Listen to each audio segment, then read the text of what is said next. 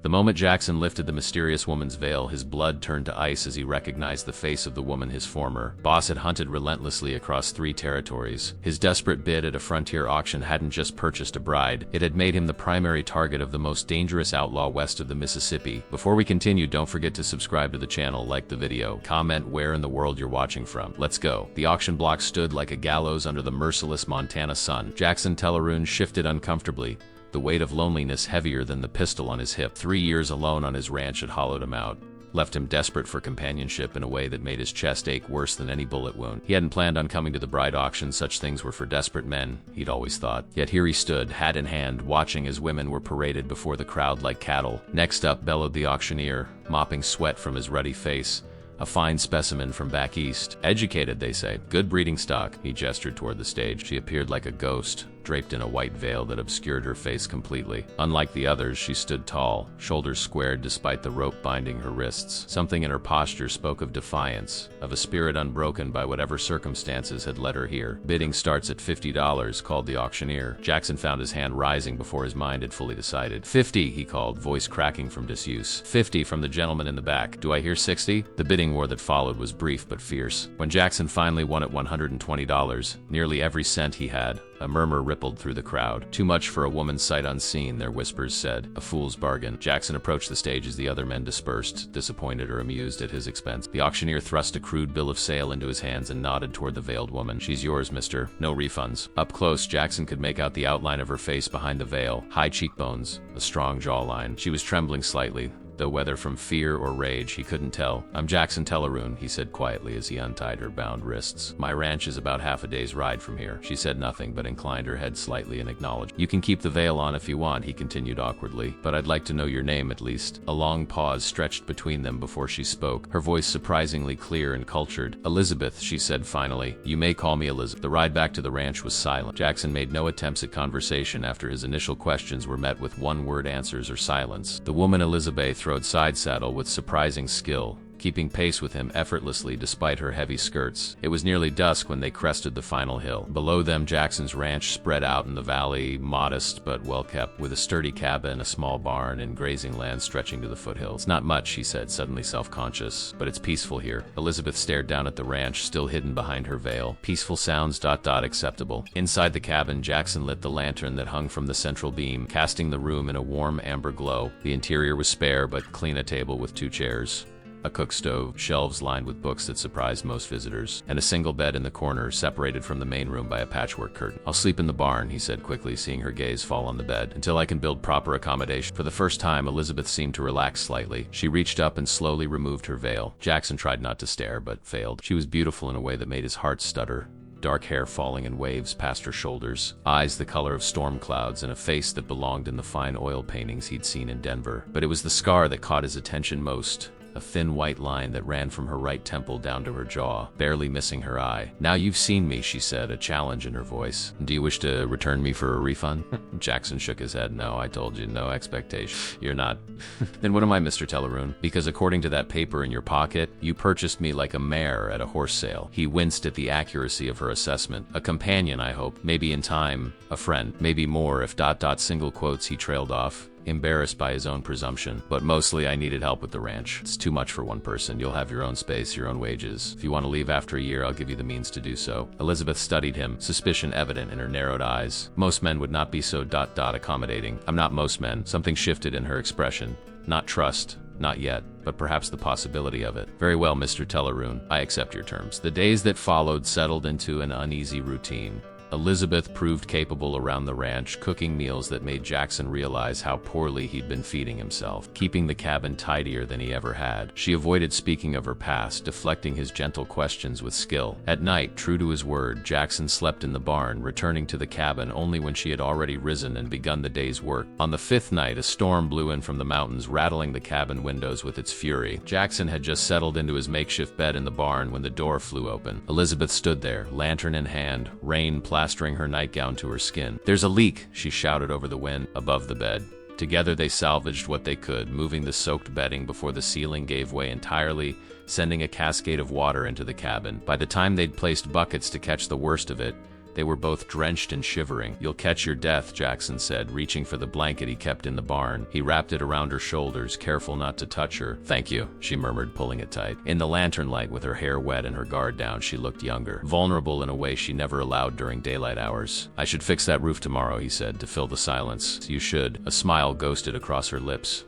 So brief he almost missed it. "It seems your purchase has already revealed its flaws, Miss Telleroon." "Telleroon." "Jackson," he corrected gently. "If we're to be friends, you should use my given name." She hesitated, then nodded. "Jackson." The way she said it carefully, as if testing how it felt on her tongue, made something warm bloom in his chest. "There's something you should know," she said suddenly, her expression turning serious. "I didn't come to that auction by choice. I was brought there against my will." Jackson stilled. "Are you saying you were kidnapped?" "In a manner of speaking, I was running from someone dangerous.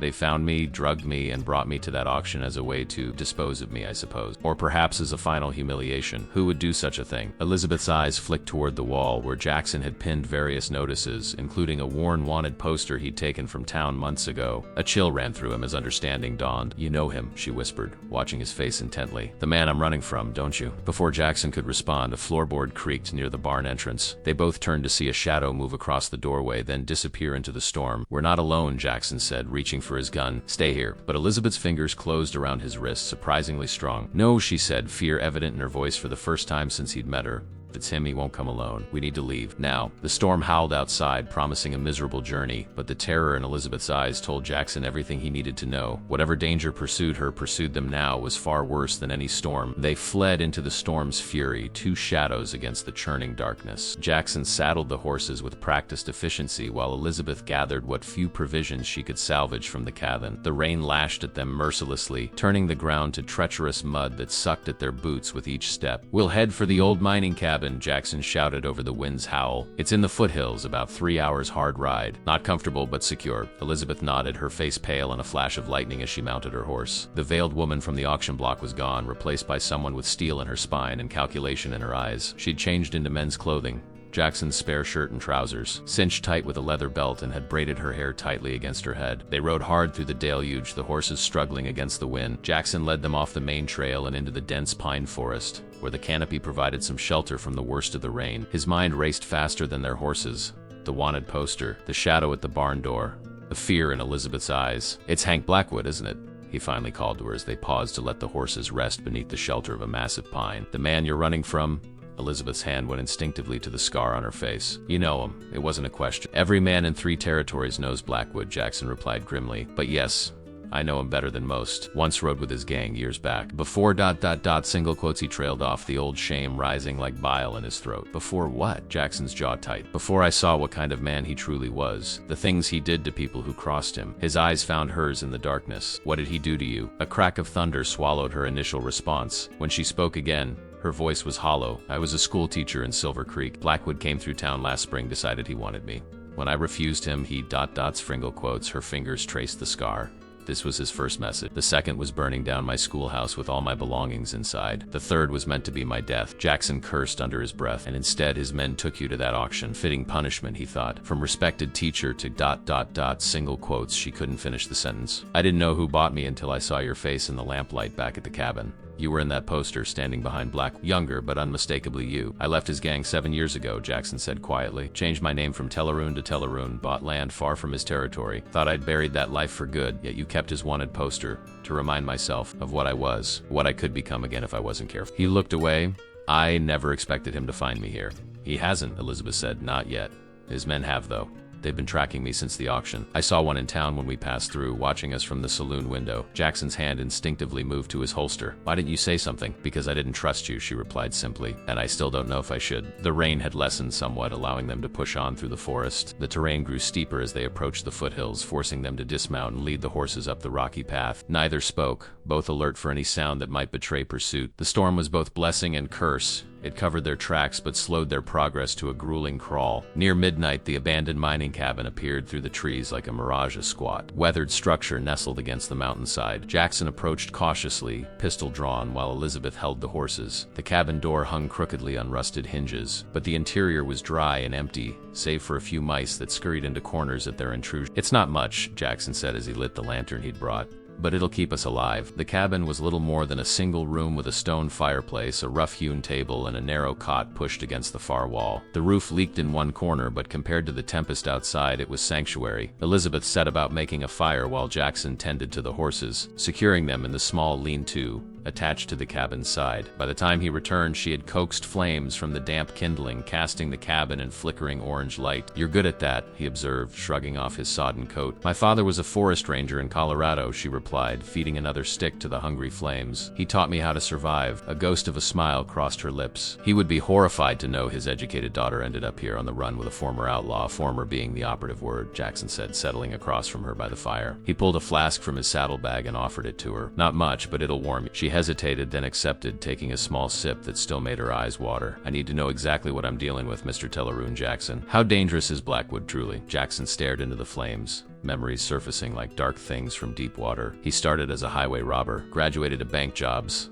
then to controlling whole towns through fear. He doesn't just kill people who cross him, he makes examples of them. His eyes met hers across the firelight. "That scar on your face? That's restraint, by his standard." Elizabeth's hand trembled slightly as she passed the flask back. "And you were part of this?" "I was young and angry when I joined up. My family's ranch had been taken by the bank. My father dead from a heart attack brought on by the stress of it all. Blackwood offered me purpose, a chance at revenge against a world that seemed determined to grind me down." He took a long swallow from the flask. "It took watching him murder a family, children included, before I finally saw him for what he was. I left that night, rode until my horse nearly died beneath me. And now he'll kill us both if he finds us," Elizabeth said softly. "He'll try." Jackson's voice hardened. "I'm not that scared boy anymore." The fire popped and hissed as a comfortable silence settled between them. Outside, the storm began to abate, rain softening to a gentle patter against the roof. Elizabeth's eyes grew heavy, the exhaustion of their flight finally catching up to her. "Take the cot," Jackson said, nodding toward the narrow bed. "I'll keep watch." "You need rest too," she countered, but her protest was undermined by a barely suppressed yawn. "I've gone longer without sleep. Besides ...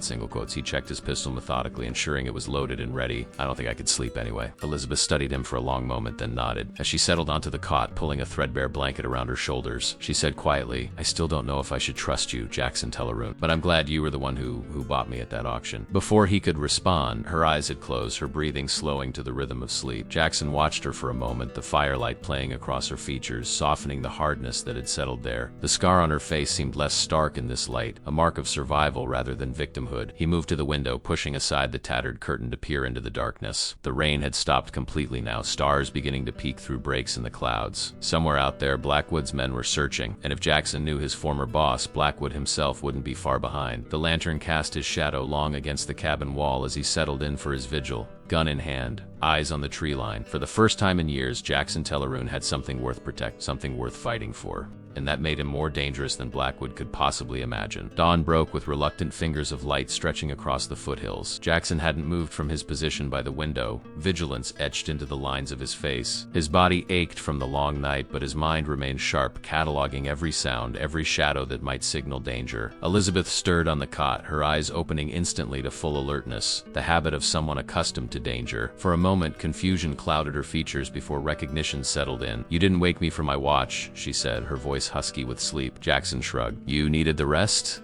And you don't?" She rose, folding the blanket with precise movements. In the pale morning light, with her hair disheveled and wearing his too large clothes, she looked both vulnerable and formidable. "I'm not helpless, Jackson. Don't make that mistake." He nodded, accepting the gentle rebuke. "I'll remember that tonight." The air between them had shifted subtly since their conversation by the fire. Not trust exactly, but a tentative alliance forged in shared danger. We should move," Elizabeth said, glancing out the window at the clearing skies. "They'll be searching the foothills now that the storm has passed." "Not yet," Jackson replied, finally moving from his post by the window. His legs protested after hours of stillness. "Blackwood's men will expect us to run. They'll be watching the trails, the passes. We're better off lying low for a day, let them spread themselves thin looking for us." Elizabeth considered this, then nodded. "You know him better than I do, but we'll need food. There's a creek about 100 yards east. Should be able to catch some fish. Maybe set a few snares." "I'll come with you," she said, already lacing up her boots. "Two sets of eyes are better than one." The morning air was crisp and clean after the storm, the forest floor damp beneath their feet as they made their way to the creek. They moved in comfortable silence, Elizabeth matching Jackson's cautious pace, her eyes scanning their surroundings with practiced efficiency. At the creek, Jackson showed her how to fashion a rudimentary fishing spear from a straight branch. She took to it naturally, her movements economical and precise. Within an hour, they had 3 decent-sized trout. "You're good at this," Jackson remarked, impressed despite himself. Elizabeth smiled, the expression transforming her face. "Like I said, my father taught me well." The smile faded, before he died anyway. Jackson sensed there was more to that story but didn't press. Instead, he set about teaching her how to set snares along what appeared to be a rabbit run. "These might yield something by evening," he explained, demonstrating how to position the wire loop, "if we're lucky." "And if we're not lucky?" Elizabeth asked, her voice light but her meaning clear. Jackson's hands stilled on the snare. "Then we find another way. I'm not letting Blackwood get his hands on you again." The conviction in his voice surprised them both. Elizabeth looked away,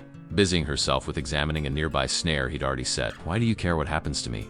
she asked quietly. "You barely know me." Jackson considered the question. "Maybe that's true, but I know enough." He stood, dusting forest debris from his knees. "I know you survived what Blackwood did to you. I know you're smart enough to have almost escaped him entirely. And I know that helping you is the right thing to do." He paused. "Maybe it's also a way to make amends for the time I spent riding with him. Redemption through heroics?" There was no mockery in her tone, only genuine curiosity. "Not heroics," he countered, "just being human." They returned to the cabin with their fish and set about preparing a small fire in the stone hearth as Elizabeth cleaned the trout with practiced hands. Jackson took stock of their supplies, the few items they'd managed to grab during their hasty departure, plus what little had been left in the cabin by previous occupants. "We have enough water for 2 days.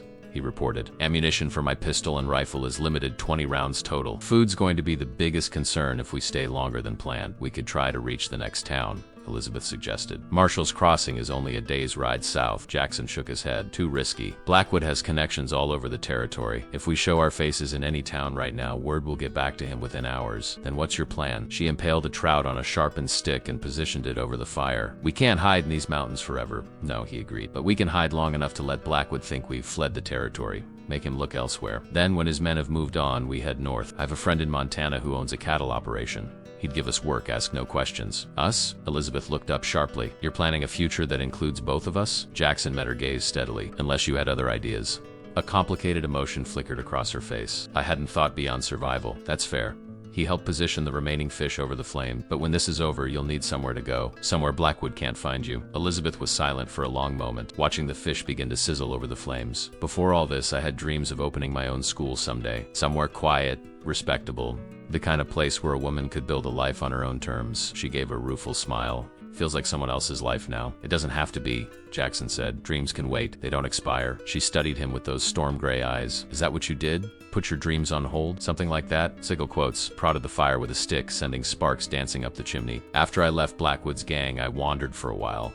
Took odd jobs. Kept moving. Eventually saved enough for that little ranch. It wasn't much, but it was honest. It was mine. And now you've lost it because of me," Elizabeth said softly. Jackson shook his head. "No, because of Blackwood. There's a difference." They ate the fish in companionable silence, the simple meal tasting better than anything Jackson could remember in recent memory. Afterward, with the afternoon sun filtering through the cabin's single dirty window, they took stock of their situation more thoroughly. Elizabeth discovered a loose floorboard beneath the cot, revealing a small cavity containing a rusted tin box. Inside was a hunting knife with a bone handle, a handful of tarnished coins, and a faded photograph of a young woman in a high-collared dress. "Someone's treasure," she murmured, carefully replacing everything except the knife, which she handed to Jackson. "This might be useful." He tested the blade against his thumb. It would need sharpening, but the steel was good. Indeed, it might. As dusk approached, they checked the snares, finding one had caught a scrawny rabbit. It wasn't much, but it would supplement their dwindling provisions. Jackson insisted on taking first watch that night, promising to wake Elizabeth for the second half. The cabin grew cold as night fell, the fire reduced to embers to avoid sending smoke signals into the night sky. Elizabeth pulled the blanket tighter around her shoulders as she sat beside Jackson at the window. "Tell me about him," she said suddenly. "Tell me about Blackwood. Not the stories everyone knows, the man himself. What drives him?" Jackson stared into the darkness, considering his words carefully. Hank Blackwood was born with nothing and decided the world owed him everything. His father was a drunk who beat him regularly. His mother died when he was young. By 15, he'd killed a man over a card game. Single quotes, he paused. "But it's not just greed or cruelty that makes him dangerous. It's his intelligence. He plans, he adapts, and he never ever forgets a slight." "Is that what I am to him? A slight?" Elizabeth's voice was barely above a whisper. "You're worse," Jackson replied grimly.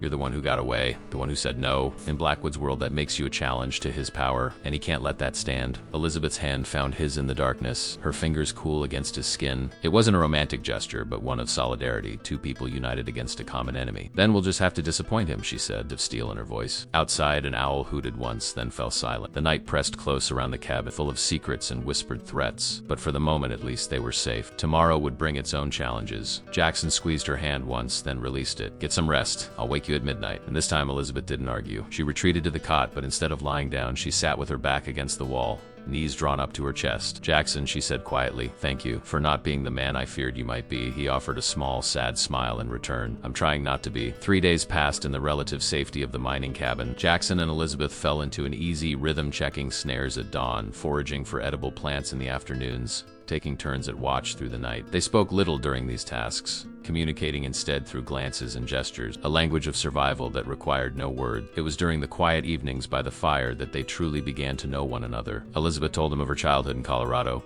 her father's death from pneumonia when she was 16, her determination to become educated despite the limited opportunities for women. Jackson shared stories of his own past, his family's ranch, lost to drought and debt, his younger sister now married to a shopkeeper in Oregon, the years he'd spent drifting before finding his place in the world. Neither spoke directly of Blackwood during these conversations, though his shadow hung over every word. On the fourth morning, everything changed. Jackson was checking snares while Elizabeth gathered kindling nearby when he heard it, the distant but unmistakable sound of horses on the mountain trail below. He froze, then whistled softly, their signal for danger. Elizabeth immediately dropped into a crouch, her eyes finding his across the clearing. He motioned toward the cabin with 3 fingers extended, multiple riders approaching. They moved silently through the underbrush, careful not to leave obvious tracks. At the cabin, Jackson retrieved his rifle while Elizabeth gathered their meager provisions into saddlebags. How many? She whispered. At least 3.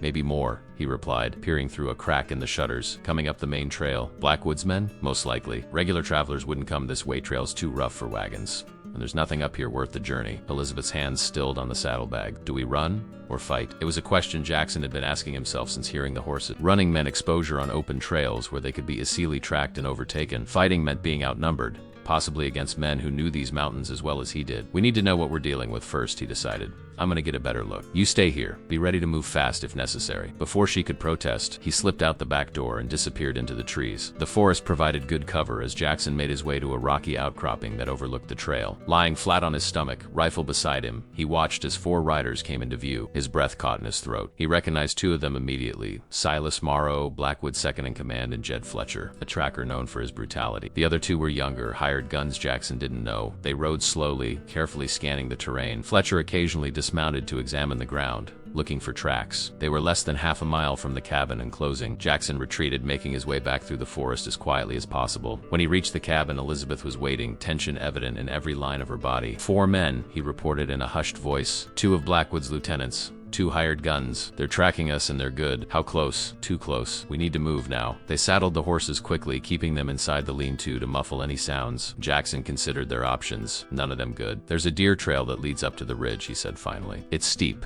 dangerous in places, but it might give us enough of a lead to reach the northern pass before they catch up. Elizabeth nodded, her face resolute. Then that's what we'll do. They led the horses out the back of the cabin and into the dense trees, moving parallel to the main trail for several hundred yards before turning sharply uphill. The deer trail was barely visible, more suggestion than path winding through boulders and scrub pine toward the ridgeline above. The horses struggled on the steep incline, forcing Jackson and Elizabeth to dismount and lead them. Progress was painfully slow, each step measured against the knowledge that Blackwood's men were drawing closer. They had almost reached the ridge when the sound of a gunshot echoed through the canyon. Jackson's horse reared in panic, nearly pulling him off his feet. They've found the cabin, he said grimly. Won't take them long to pick up our trail. They crested the ridge just as another shot rang out, closer this time. Below them, the valley spread out in a patchwork of forest and meadow, bathed in the golden light of late afternoon. In the distance, snow-capped peaks rose like sentinels against the sky. The deer trail continued along the ridgeline before descending toward a narrow pass between 2 peaks. If they could reach that pass, they might be able to lose their pursuers in the labyrinth of canyons beyond. We ride from here, Jackson said, mounting his horse. Stay close to me. Elizabeth swung into her saddle, her face set with determination.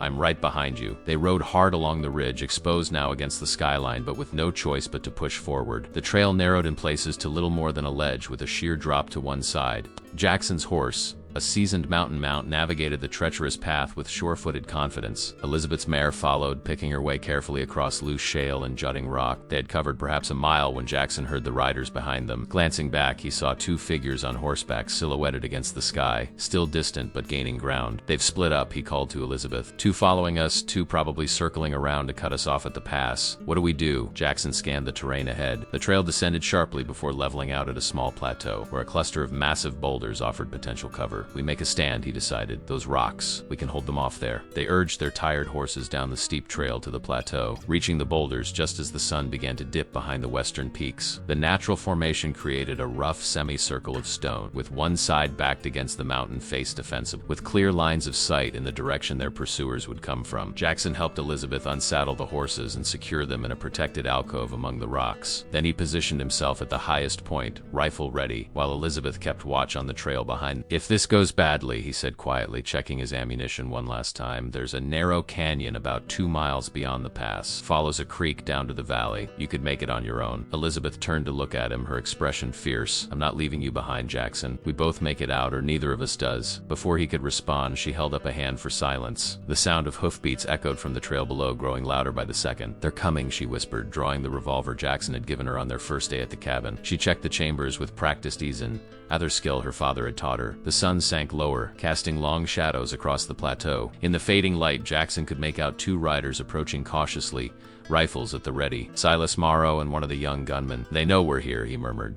"They're too careful not to." "What about the others? Still trying to circle around, I'd guess." "These two are meant to keep us pinned down until they can close the trap." As if in confirmation of his words, a shot rang out, the bullet ricocheting off the boulder near Jackson's head. He ducked instinctively, then raised his rifle and returned fire. The gunman's horse reared, nearly unseating its rider. "Tell her in," Morrow's voice carried clearly in the mountain air.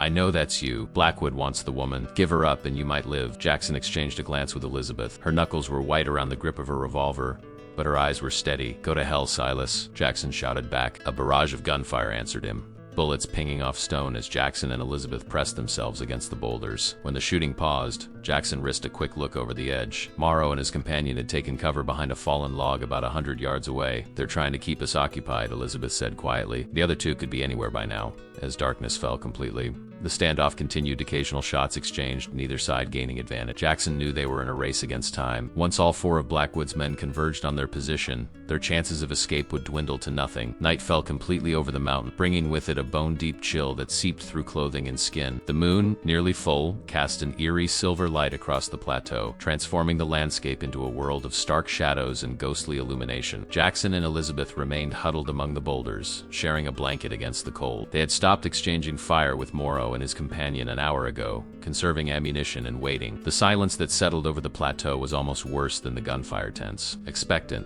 filled with unspoken threats. "They're waiting for the others," Elizabeth whispered, her breath forming small clouds in the frigid air. Jackson nodded. "Or for us to make a mistake." He checked his pocket watch by moonlight. Nearly midnight. "If Fletcher and the other gunmen haven't found us yet, they might have gotten lost in the dark." "Is that likely, Fletcher?" "No. He could track a ghost through a snowstorm." Jackson's expression was grim. "They're out there somewhere, circling, looking for the right moment." Single quotes. Elizabeth pulled the blanket tighter around her shoulders, but Jackson could tell it wasn't just the cold making her shiver. "Tell me about your school," he said suddenly, keeping his voice low. "The one you wanted to open." She glanced at him, surprised by the change in topic, but understanding flickered in her eyes. A distraction from fear, a reminder of why they were fighting. "It would have been small," she began softly. "Just one room at first, with big windows to let in the light. Books everywhere, not just primers and arithmetic texts, but poetry, philosophy, natural sciences. I wanted children to learn how to think, not just what to think." A small smile played at the corners of her mouth. "There would be a garden outside, where they could grow things and understand how the world works from seed to harvest." "It sounds like a fine school," Jackson murmured. "The kind I wish I'd attended as a boy." What about you?" Elizabeth asked. "What did you dream of before?"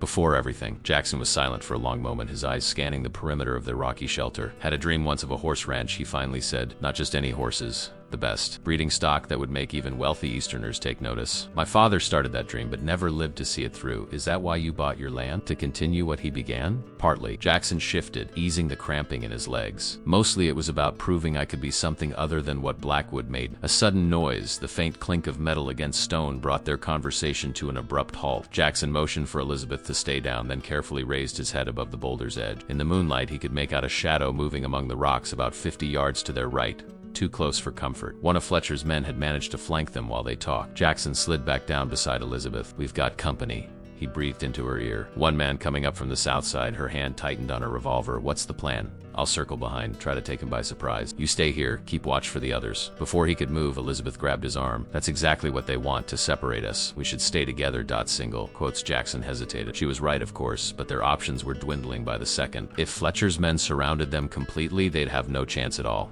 A new sound interrupted his thoughts. Hoofbeats, distant but growing louder, coming from the direction of the pass. More riders, Elizabeth whispered, eyes wide. God, how many men did Blackwood send? Jackson frowned, listening intently. Something about the rhythm of those hoofbeats didn't match the careful approach of Fletcher's men. These horses were being ridden hard, at full gallop, despite the darkness and treacherous terrain. That's not Blackwood's men, he said slowly. That's someone else entirely. As if in confirmation, a new volley of gunfire erupted, not directed at them, but at the positions where Morrow and his companion had taken cover. Shouts of surprise and anger filled the night air, followed by the distinctive sound of horses being spurred into motion. What's happening? Elizabeth asked, confusion evident in her voice. I'm not sure, Jackson admitted. But whoever just arrived isn't friendly with Blackwood's crew. He cautiously peered over the boulder again. In the moonlight, he could make out several riders, at least 5 or 6, exchanging fire with Morrow's men. The newcomers wore what appeared to be buffalo coats and wide-brimmed hats, their horses moving with the practiced precision of men accustomed to riding together. Bounty hunters, Jackson breathed, ducking back down. Has to be. Bounty hunters? After Blackwood? After me? More likely. Or both of us. Single quotes. Jackson's mind raced. The bounty on his head from his outlaw days had never been officially rescinded, though he'd assumed most had forgotten about it after so many years. This just got a lot more complicated. The firefight below intensified, forcing Morrow and his men to retreat toward the pass. The bounty hunters followed, their horses kicking up dust that glowed silver in the moonlight. This might be our only chance, Jackson said urgently, while they're distracted with each other. We need to move now. They gathered their few belongings and the horses, leading them carefully through the rocks toward the northern edge of the plateau. The sounds of battle continued behind them but grew fainter as they put distance between themselves and the conflict. A narrow game trail led down from the plateau into a dense stand of pines. Jackson took the lead, Elizabeth close behind, their progress painfully slow in the darkness. Every snapping twig, every dislodged stone seemed impossibly loud to Jackson's straining ears. They had nearly reached the tree line when a voice called out from the shadows ahead. That's far enough, Tellerin. Jackson froze, instinctively pushing Elizabeth behind him. From the darkness emerged a figure he'd hoped never to see again. Fletcher. Blackwood's tracker, rifle aimed squarely at Jackson's chest. Been a long time, Fletcher said, his voice like gravel underfoot. Boss'll be right pleased I found you. Fletcher, Jackson acknowledged, his mind calculating distances, angles, possibilities. His own rifle was slung across his back, impossible to reach before Fletcher could fire. You're looking well. Still doing Blackwood's dirty work, I see. Fletcher grinned, revealing tobacco-stained teeth. Pays good. Speaking of which, that woman behind you is worth quite a bit to the boss. Step aside, Tellerin. This doesn't have to get messy. I'm afraid I can't do that. Jackson's voice was calm, though his heart hammered against his ribs. Elizabeth isn't going anywhere with you. Fletcher's eyes narrowed.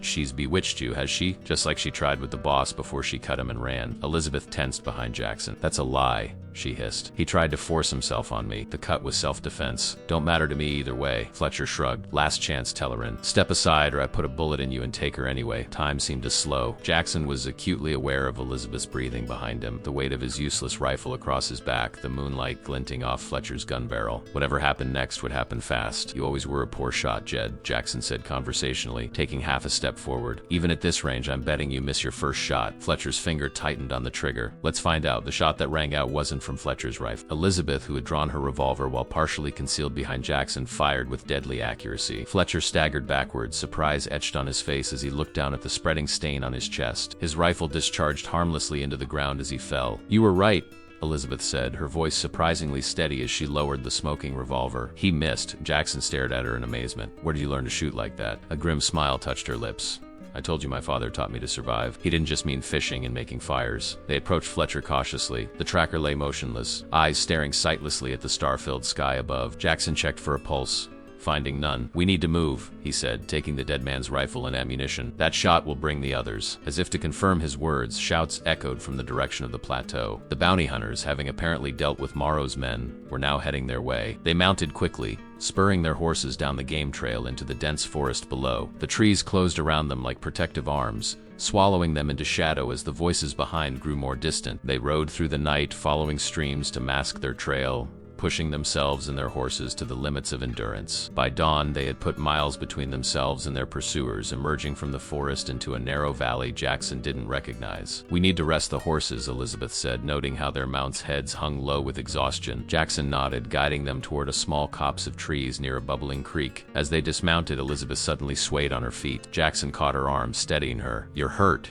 he said, noticing for the first time the dark stain on her shirt sleeve. Elizabeth glanced down as if surprised. "It's nothing. Must have caught it on a branch." But as Jackson gently rolled up her sleeve, the truth became clear. A bullet grazed, not deep, but long enough to have bled significantly. Fletcher's shot hadn't missed entirely after all. Creek gurgled softly beside them as Jackson carefully cleaned Elizabeth's. She sat on a fallen log, her face composed despite the pain he knew she must be feeling. The bullet had carved a furrow along her upper arm, not deep enough to cause lasting damage, but serious enough to require attention. "You should have said something sooner," he chided gently, tearing a strip from his relatively clean undershirt as a bandage. "There wasn't time," she replied simply, "and there were more important things to worry about." Jackson shook his head, marveling at her stoicism. "Hold still. This might sting." He poured a small amount of whiskey from his flask over the wound. Elizabeth inhaled sharply but made no sound. Her eyes, fixed on some distant point beyond his shoulder, betrayed no weakness. "You'd have made a poor outlaw," he commented as he began wrapping her arm. "You're too brave." That earned him a small smile. "Is that what you call it? I've been terrified since the moment I saw that wanted poster in your cabin. There's a difference between feeling fear and being ruled by it." His fingers worked deftly, securing the makeshift bandage. "You faced down Fletcher without hesitation. Not many men could have done what you did." Elizabeth's gaze dropped to her hands, which lay folded in her lap. "I've never killed anyone before." Jackson finished tying off the bandage, then sat beside her on the log. "How are you feeling about it?" "I don't know," she admitted after a long pause. "Part of me is horrified. Another part feels justified. He would have killed you without a second thought. Would have dragged me back to Blackwood." She looked up, meeting his eyes directly. "I made my choice and I'll live with it." They sat in silence for a moment, the gravity of their situation settling around them like the morning mist that clung to the valley floor. The horses grazed nearby, their exhaustion evident in their drooping postures. "We need to figure out our next move," Jackson finally said. "Those bounty hunters complicate things. They're not likely to give up easily, especially if there's reward money at stake." Elizabeth nodded. "And Blackwood's remaining men will report back to him if they survive the bounty hunters." Jackson stood, stretching his stiff muscles. "But yes, we have to assume Blackwood knows roughly where we are by now, so what do we do?" Jackson surveyed their surrounding. The valley stretched before them, flanked by steep ridges to the east and west. To the north, where they had been heading, the terrain appeared to flatten out, giving way to rolling foothills. "We're about a day's ride from Cougar Pass," he said after a moment's consideration. "It's the gateway to the northern territories. If we can make it through, we'll have options: mining towns, logging camps, places where strangers aren't unusual and questions aren't asked. And if Blackwood anticipates this move, he might. But the pass is too strategic to avoid. It's the only feasible route north for 50 miles in either direction." Jackson ran a hand through his hair, grimacing at the grit and sweat. "We'll approach carefully. Scout it out before committing." They allowed themselves and the horses a few hours' rest, taking turns keeping watch while the others slept. The day grew warm, sunlight dappling through the trees as birds called to each other overhead. In another life, it might have been peaceful. Elizabeth woke from her brief sleep looking marginally refreshed, though dark circles still shadowed her eyes. She joined Jackson by the creek where he was refilling their canteens. "I've been thinking," she said, kneeling beside him. "Those bounty hunters, they're after you, not me. What if we separated? I could create a diversion, draw attention away while you escape north. Single quotes." Jackson capped the canteen, turning to face her fully. "That's not happening. It makes tactical sense. Blackwood wants me alive so his men won't shoot to kill. You, on the other hand, no." His voice was firm. "We stay together." Elizabeth studied his face, her expression unreadable. "Why?" "You barely know me, Jackson. I've brought nothing but trouble into your life. Your ranch is gone. You're being hunted. Why risk everything for a woman you purchased at an auction?" The question hung between them, demanding an answer Jackson wasn't sure he could articulate. Why indeed? A week ago, Elizabeth had been a stranger, a veiled mystery he'd impulsively bid on, out of loneliness and compassion. Now, because it's the right thing to do, he said finally. "Because you deserve better than what Blackwood has planned for you. And because ...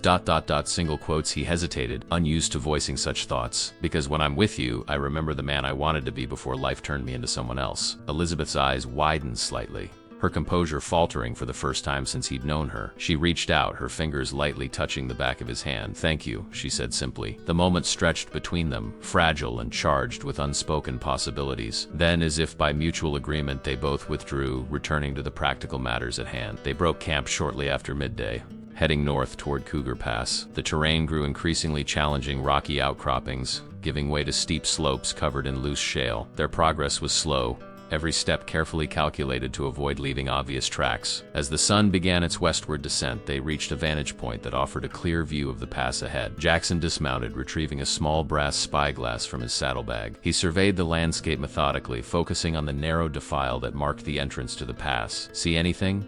Elizabeth asked, remaining on her horse. "Nothing obvious," he replied, continuing his scan. "No movement, no smoke from campfires." "That's good, isn't it?" Jackson frowned, lowering the spyglass. "Maybe, or it means they're being careful." They continued forward, more cautious than ever. The trail narrowed, forcing them to ride single file along a ledge that hugged the mountainside. Below them, a steep ravine fell away into shadow, the sound of rushing water echoing from its depths. They had nearly reached the mouth of the pass when Jackson held up his hand, signaling a halt. Elizabeth reined in behind him, instantly alert. "What is it?" she whispered. Jackson dismounted silently, motioning for her to do the same. They secured the horses to a stunted pine, then crept forward on foot until they reached a boulder that provided both cover and a view of the pass entrance. "There," Jackson murmured, pointing to a nearly invisible thread of smoke rising from behind a rock formation about 100 yards ahead. "Someone's camped in the pass, trying to keep a low profile." Elizabeth squinted in the direction he indicated. "Blackwood's men? Can't tell from here. Could be them. Could be the bounty hunters. Hell, could even be ordinary travelers." He didn't sound convinced of the latter possibility. "We need a closer look," Elizabeth said. Jackson nodded grimly. "I'll go. You stay with the horses. We've had this conversation before," she reminded him. "I'm coming with you." He started to protest,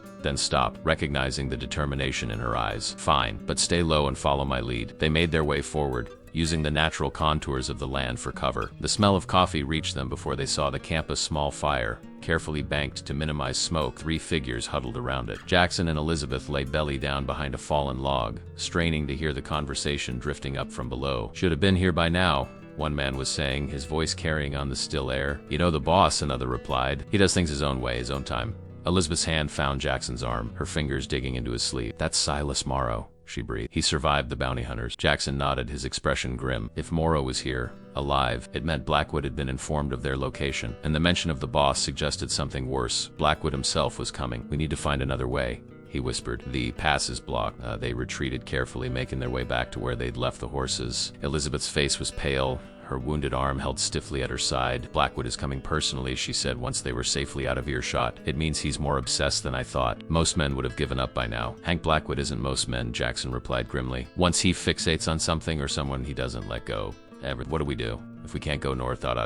Jackson studied the terrain, considering their limited options. To the east lay more mountains, virtually impassable on horseback. To the west eventually lay towns and settlements, and inevitably, people who might recognize them or be persuaded to give them up. "South," he said finally. "We double back, head south through Rattlesnake Canyon. It's dangerous terrain, but that works in our favor. No one would expect us to go that way. And after that," Jackson met her gaze steadily, "after that we do something completely unexpected. We stop running." Rattlesnake Canyon lived up to its name, treacherous, unforgiving, and full of hidden dangers. The narrow passage wound between towering rock walls that seemed to close in around them, blocking out the sky until only a ribbon of blue remained visible overhead. The ground was littered with loose stone and the bleached bones of animals that had wandered in and never found their way out. They rode in silence. The only sounds, the clop of hooves on stone and the occasional skitter of small creatures disturbed by their passing. The air grew increasingly stifling as the day wore on, trapped in the confines of the canyon and heated by the relentless sun. "Stop running," Elizabeth said suddenly, breaking the hours-long silence. "You said we'd stop running. What did you mean by that?" Jackson glanced back at her. Dust had settled on her face,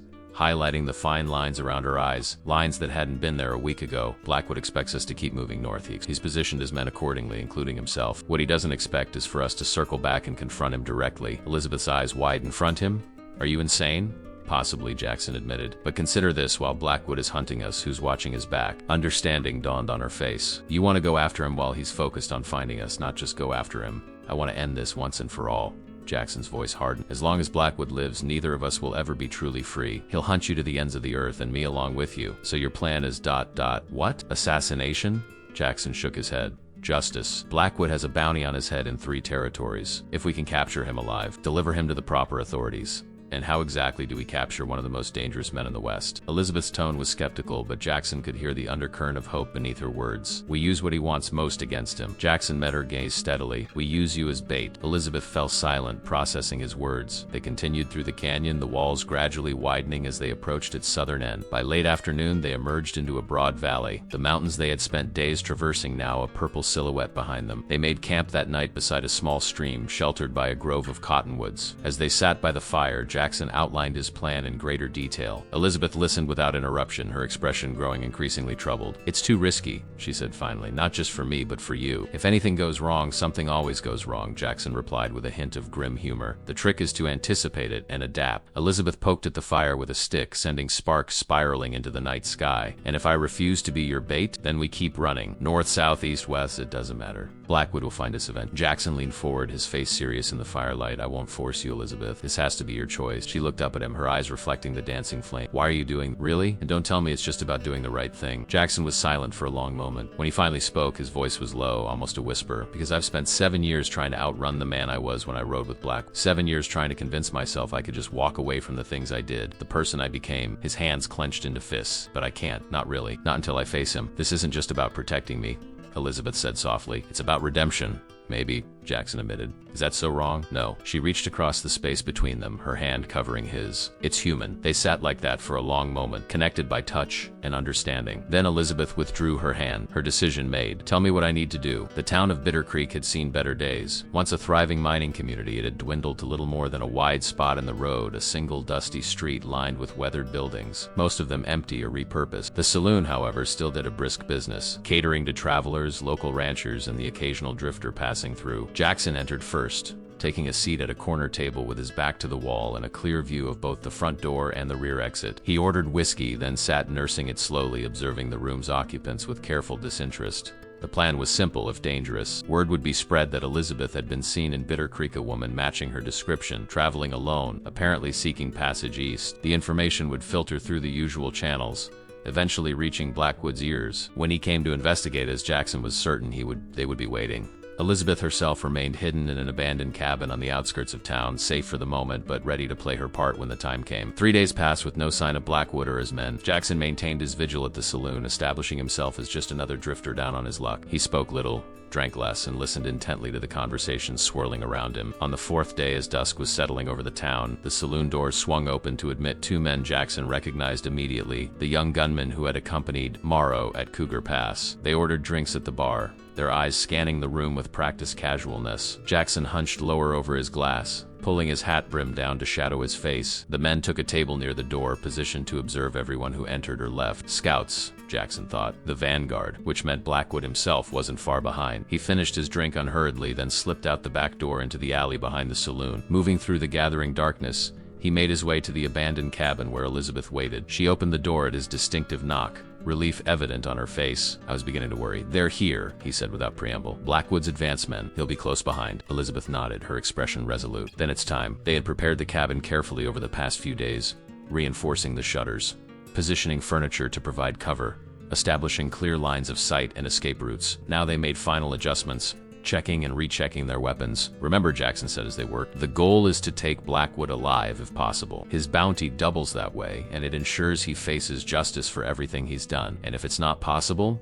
Elizabeth asked, loading the revolver he had given her. Jackson met her gaze evenly. "Then we do what we must to survive." Night fell completely, enveloping the cabin in darkness save for a single lantern they kept burning, a beacon meant to draw their quarry. They waited in silence, each lost in their own thoughts, the weight of what was to come heavy between them. "Jackson," Elizabeth said suddenly, her voice barely above a whisper, "if this works, if we manage to capture Blackwood and collect the bounty, what then?" He looked at her across the dimly lit room, struck anew by her quiet strength. "That depends. On what? On what you want." He hesitated, then continued. "I meant what I said about Montana. My friend's cattle operation. It's a good place, a fresh start. But if you'd rather go elsewhere, back east, maybe. To start that school you talked about, the bounty money would set you up comfortably." Elizabeth was silent for a moment. "And where would you go?" "I haven't thought that far ahead," Jackson admitted. It was a lie, and from the way she looked at him, she knew it. "Haven't you?" she pressed gently. Before he could respond, the sound of approaching horses reached them. Jackson moved to the window, peering through a crack in the shutters. In the moonlight, he could make out 5 riders approaching slowly, their silhouettes distinct against the silver-lit landscape. "He's here," Jackson breathed, turning back to Elizabeth. "Blackwood. I'd know that posture anywhere." Elizabeth's face paled, but her hands remained steady on her weapon. "Then let's finish this." Jackson moved to his position by the door, checking his rifle one last time. "Elizabeth," he said softly, "whatever happens next time, glad I found you." She met his eyes across the room, a small smile touching her lips despite the danger surrounding them. "So am I." Outside, the horses halted, boots crunched on gravel, and a voice, deep and commanding, called out across the night, "Elizabeth, I know you're in there, darling. Time to stop running and face what's coming to you. Hank Blackwood had arrived. The cabin seemed to shrink around them as Blackwood's voice penetrated the walls. Elizabeth's breath caught, her fingers tightening on her revolver. 7 years had passed since Jackson had heard that voice, yet it sent the same chill down his spines, smooth as honey but cold as a rattlesnake's gaze. "I know Telleran's in there too," Blackwood continued, his tone conversational, almost friendly. "Come on out, Jack, let's talk like civilized men." Jackson and Elizabeth exchanged glances. This wasn't how they'd expected Blackwood to approach. No immediate violence, no threats, just that eerily calm voice that somehow carried more menace than any shouted ultimatum. "What's he playing at?" Elizabeth whispered. "Mind games," Jackson murmured back. "It's what he does best." Blackwood's voice came again, closer now. "I'm unarmed, Jack. Just want to talk, for old time's sake." Single quotes. Jackson moved to the window, peering through a crack in the shutters. In the moonlight, he could see Blackwood standing alone in the clearing before the cabin, his hands held slightly away from his body. Behind him, at a respectful distance, waited his men, still mounted. "He's lying," Elizabeth said, joining Jackson at the window. "He's never unarmed." "No," Jackson agreed, "but neither are we." He stepped back, considering their option. The plan had been to lure Blackwood into the cabin, where they'd prepared an ambush, but Blackwood was too smart, too experienced to walk blindly into such an obvious trap. "To adapt," Jackson said, thinking aloud. "If he won't come to us, you're not seriously considering going out there?" Elizabeth's voice was sharp with concern. "Not both of us, just me." Jackson checked his pistol one final time. "I know how Blackwood operates. He'll want to gloat, to establish dominance. That gives us an advantage." "It's too dangerous," Elizabeth insisted. "He'll kill you the moment you step outside. Not right away. He'll want to draw it out, make me suffer before the end." Jackson's expression was grim. "That's our window." Elizabeth started to protest again, then stopped, recognizing the determination in his eyes. Instead, she said, "What do you need me to do?" "Keep your rifle trained on him from the window. If things go south, don't hesitate, and be ready to move when I give the signal." She nodded, taking up position at the window, her rifle resting on the sill. "Be careful," she whispered. Jackson gave her a crooked smile. "Always." He moved to the door, took a deep breath, and called out, "Coming out. Hank, don't do anything stupid." "Wouldn't dream of it, Jack," came the reply, smooth as silk. Jackson opened the door slowly, stepping out onto the porch with his hands visible, though his right remained close to his holstered pistol. The night air was cool against his face after the stuffiness of the cabin. Hank Blackwood stood 20 paces away, illuminated by moonlight. He was taller than Jackson remembered, or perhaps it was just the way he carried himself back straight. Shoulders squared, head held high with the confidence of a man who believed himself untouchable. His dark hair was streaked with silver now, but his eyes were the same pale blue, almost colorless and utterly devoid of warmth. "Jack Telleran," Blackwood said, his lips curving into a smile that didn't reach those cold eyes. "Or is it Telleran now? Been a long time." "Not long enough," Jackson replied evenly. Blackwood chuckled. "Still got that mouth on you. Good to see some things don't change." His gaze shifted to the cabin behind Jackson. "She in there?" "My Elizabeth? She's not yours, Hank. Never was." "That's where you're wrong." Blackwood took a step forward, who then stopped as Jackson's hand moved closer to his pistol. "Easy now. Like I said, just talking." He spread his hands. "You know, when I heard someone bought her at that auction, I nearly killed the messenger. And then they told me it was you." He shook his head in apparent wonderment. "Fate's got a sense of humor, doesn't it?" "What do you want, Hank?" Jackson asked, though he already knew the answer. "What's mine?" Blackwood's voice hardened slightly. "The woman, and a reckoning with you for old time's sake." "Not happening." "No?" Blackwood smiled again, and this time there was genuine amusement in it. "You always were stubborn, Jack. It's what I liked about you. But let's be realistic here." He gestured toward his mounted men. "You're outnumbered, outgunned, and out of options. The only question is whether you die quick or slow."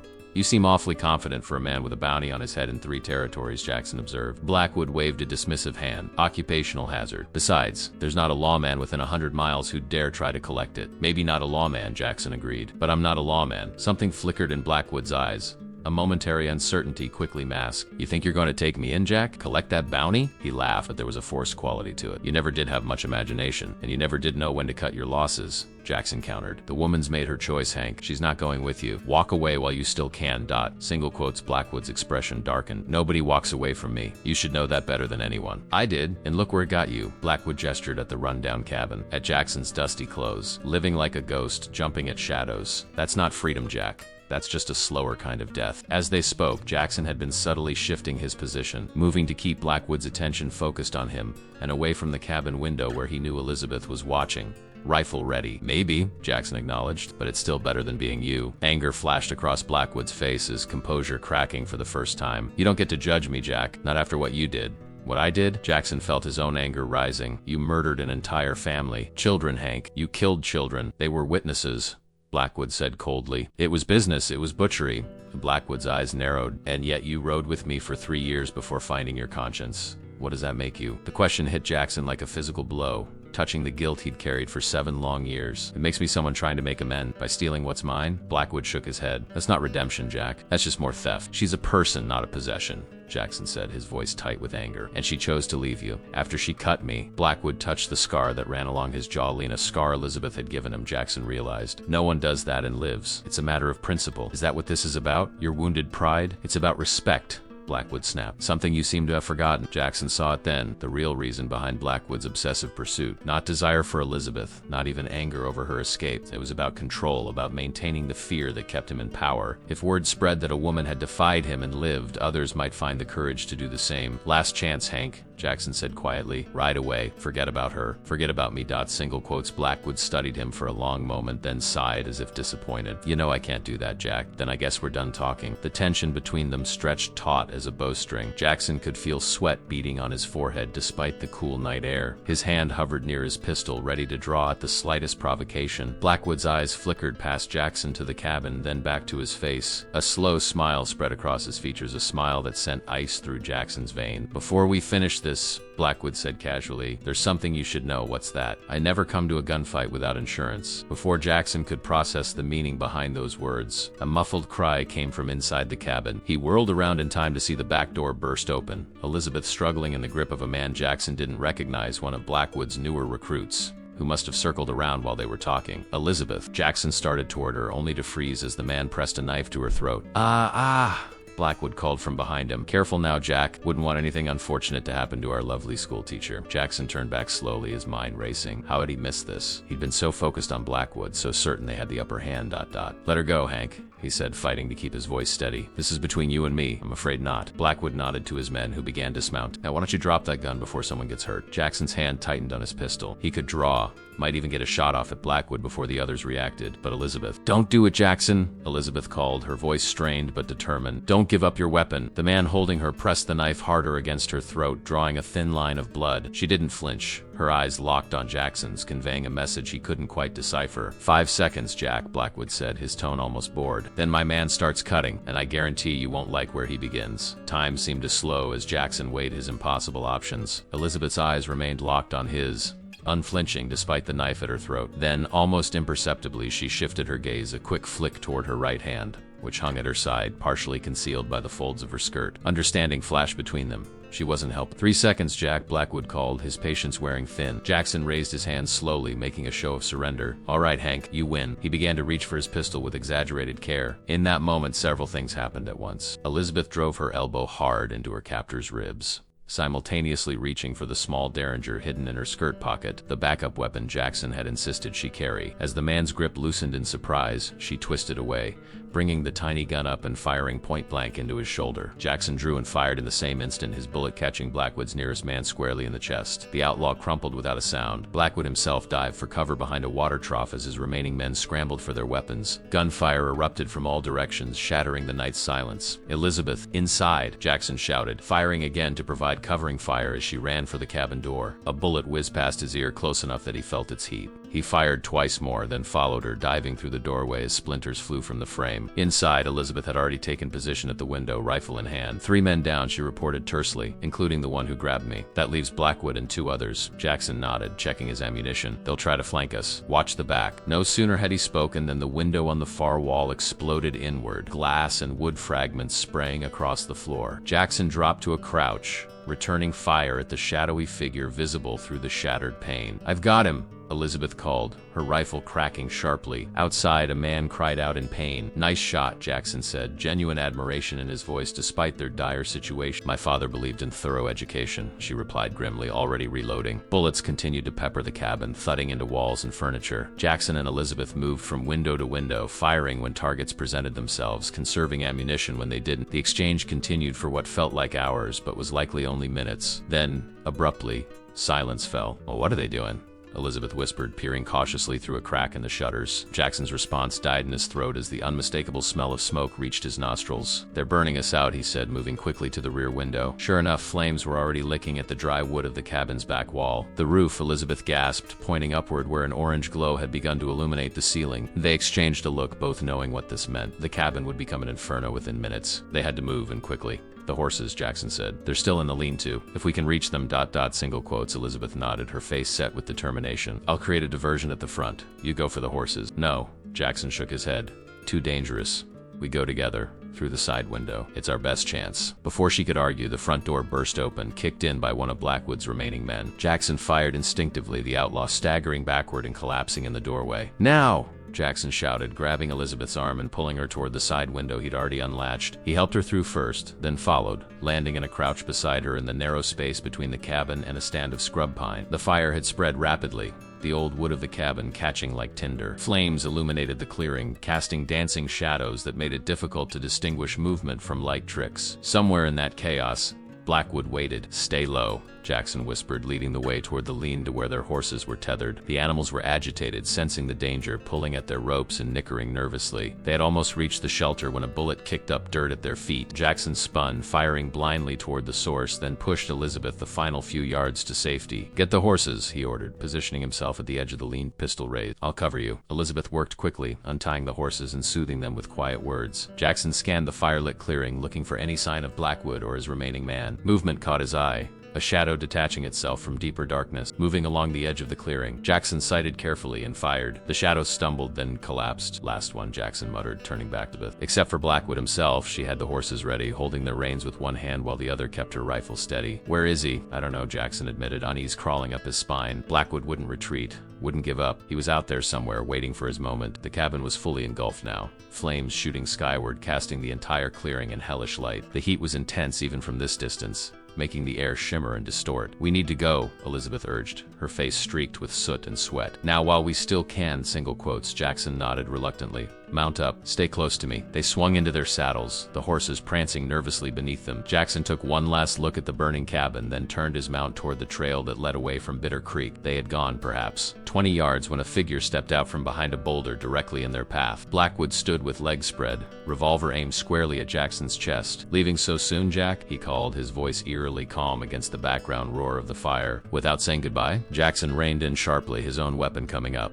Behind him, he could feel Elizabeth doing the same. It's over, Hank, he said. Your men are dead or scattered. Walk away while you still can. Blackwood's laugh was harsh in the smoke-filled air. You still don't understand, do you? This was never going to end any other way. His gaze shifted to Elizabeth. You should have killed her when you had the chance, schoolteacher. Been kinder than what's coming. The only one dying tonight is you, Elizabeth replied, her voice steady despite the tremor Jackson could feel in her body. Blackwood's cold eyes narrowed. We'll see about that. Single quotes. For a long moment, no one moved. The crackling of the fire, the nervous shifting of the horses, and the pounding of Jackson's own heart were the only sounds in the world. Then, Blackwood's finger tightened on the trigger. Jackson fired first, his bullet striking Blackwood's shoulder, spinning him halfway around. But incredibly, the outlaw leader remained standing, his gun still raised. He fired, the shot going wide as his injured arm threw off his aim. Elizabeth's rifle cracked next, her bullet catching Blackwood in the leg. He dropped to one knee but somehow kept his weapon steady, returning fire with grim determination. Jackson felt rather than heard the bullet as it passed his cheek,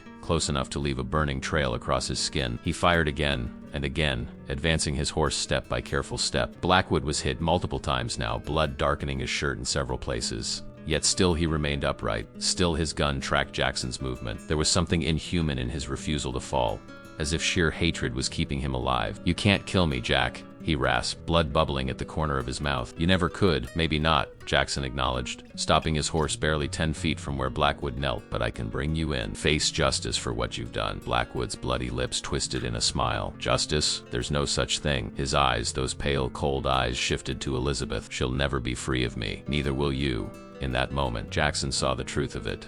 The obsession that drove Blackwood wasn't just about control or respect. It was deeper, darker, a twisted kind of love that could never be satisfied except through possession or destruction. You're wrong, Elizabeth said quietly, moving her horse forward to stand beside Jackson. We already are. Blackwood's face contorted with rage. With a final, desperate effort, he brought his gun up, aiming not at Jackson this time, but at Elizabeth's. Jackson's final shot hit Blackwood squarely between the eyes. The outlaw leader's expression froze in eternal surprise as he toppled backward into the dust. For a long moment, neither Jackson nor Elizabeth moved. The only sounds were the crackling of the burning cabin and their own ragged breathing. Blackwood lay motionless in the dirt, his pale eyes staring sightlessly at the star-strewn sky above. Is it over?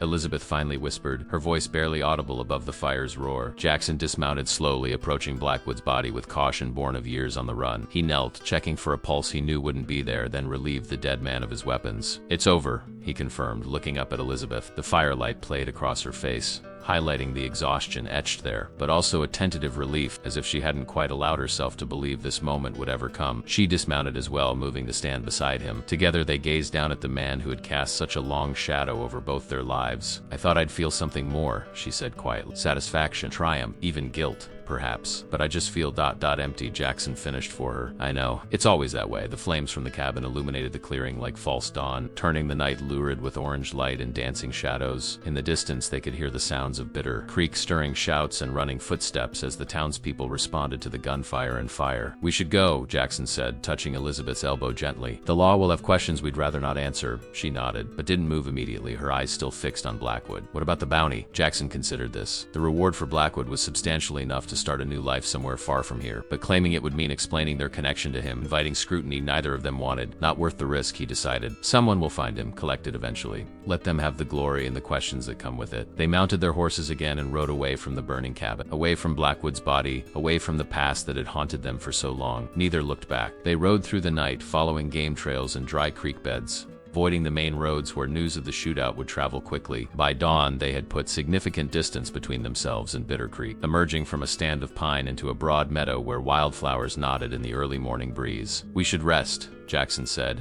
noting the shadows under Elizabeth's eyes, the way she swayed slightly in the saddle. "The horses need it, and so do we." They made a simple camp beside a small stream, tending to the horses before their own needs. Jackson built a small, smokeless fire while Elizabeth refilled their canteen. When these tasks were complete, they sat side by side, watching the sun climb higher in the eastern sky. "What happens now?" Elizabeth asked, breaking the comfortable silence that had settled between them. Jackson looked at her, really looked at her, seeing beyond the trail dust and exhaustion to the woman beneath, strong, resilient, beautiful in a way that had nothing to do with conventional beauty and everything to do with spirit. "That depends," he said carefully, "on what you want." She met his gaze steadily. "I want to stop running. I want to build something, not just survive from one day to the next." "Your school?" he asked, remembering their conversation in the mining cabin that seemed a lifetime ago. A small smile touched her lips. "Eventually, perhaps, but first, good quotes." She hesitated, then reached for his hand, her fingers twining with his. "First, I'd like to see Montana." Understanding warmed Jackson's chest. "It's beautiful country," he said softly. "Good place for new beginnings." "Is that what this is? A new beginning?" Jackson considered the question. The sun caught in Elizabeth's hair, turning the dark strands to amber and copper. Behind them lay destruction, death, a past neither could fully escape, but both had survived. For them stretched endless possibilities, unmapped and unknown. "I think," he said slowly, "it's whatever we choose to make it." Elizabeth's smile deepened, reaching her eyes for perhaps the first time since he'd known her. She leaned forward, her free hand coming up to touch his face gently. The kiss that followed was different from their first, no longer tentative or born of desperate circumstances, but a conscious choice, a promise of things to come. When they parted, Jackson felt something shift inside him, a settling, as if pieces long adrift had finally found their proper place. "Montana it is, then," Elizabeth said, her voice soft but certain. They reached Jackson's friend's ranch 2 weeks later, having taken a circuitous route to avoid any pursuit that might have followed from Bitter Creek. The ranch sprawled across a wide valley, nestled between pine-covered hills with a river cutting through its heart. Cattle grazed on the lush summer grass, and the main house,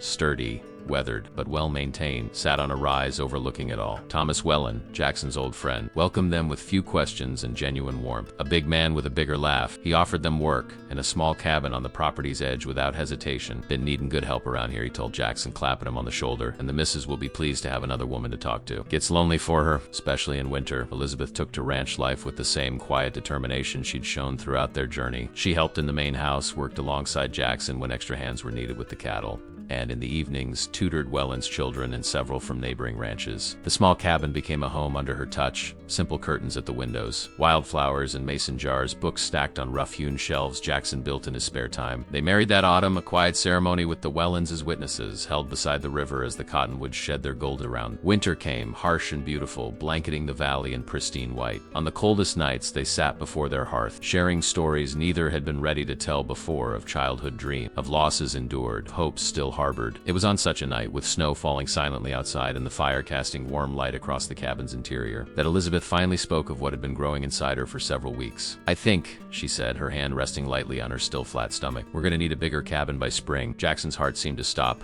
then restart with renewed purpose. "Are you certain?" Elizabeth nodded, her eyes bright with unshed tears. New life, she whispered, a true new beginning. He gathered her in his arms, overcome with a joy he'd never dared imagine possible. For so long, his existence had been defined by what he was running from. Now, at last, he had someone to run toward. Spring arrived, with its promise of renewal. The valley turned emerald with fresh growth, calves wobbled on new legs beside their mothers, and wildflowers carpeted the hillsides in riotous color. Elizabeth's body changed too, growing round with the child they'd created together. On a warm afternoon in late May, Jackson stood on the porch of their expanded cabin, now boasting a proper bedroom and a small nursery, watching Elizabeth in the garden she'd planted. Her hands cradled her swollen belly as she moved between the rows of vegetables, her face tilted toward the sun. 7 months had passed since they'd fled the burning cabin in Bitter Creek. 7 months since Blackwood had fallen, taking with him the shadow that had darkened both their lives. In that time, they had built something neither had believed possible, not just a home or a future, but a redemption of sorts. Jackson stepped off the porch and crossed to where Elizabeth stood. She turned at his approach, smiling that smile that still made his heart skip a beat. "Happy?" he asked, wrapping his arms around her from behind, his hands joining hers over the life growing within. Elizabeth leaned back against him, her head resting on his shoulder. "More than I ever thought possible."